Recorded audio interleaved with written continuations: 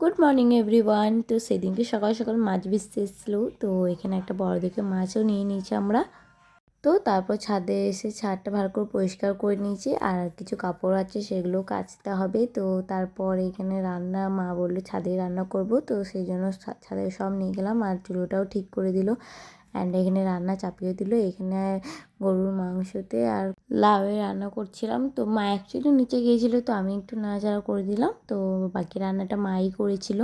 তো তারপর এখানে রান্নাটা আমাদের হয়েও গিয়েছে, আর ওইদিকে আমি কাপড় কাচ্ছিলাম আর আমার মা এদিকে রান্না করছিল।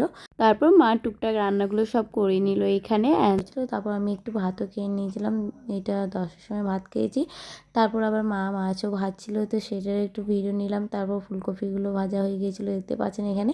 তো অ্যান্ড দেন মায়ের রান্নাও হচ্ছিলো, আর এখানে শরবতি যে আলুগুলো হয় সেগুলো ভিজেছিলো, তো সেগুলোই খেলাম। তারপর দুপুরে খাওয়া দাওয়া করে নিয়েছিলাম, অ্যান্ড খাওয়া দাওয়া শেষ করে আমরা নিচে চলে আসলাম। আজকে মতো এতটাই, দেখা হচ্ছে পর একটা ভিডিওতে, বাই।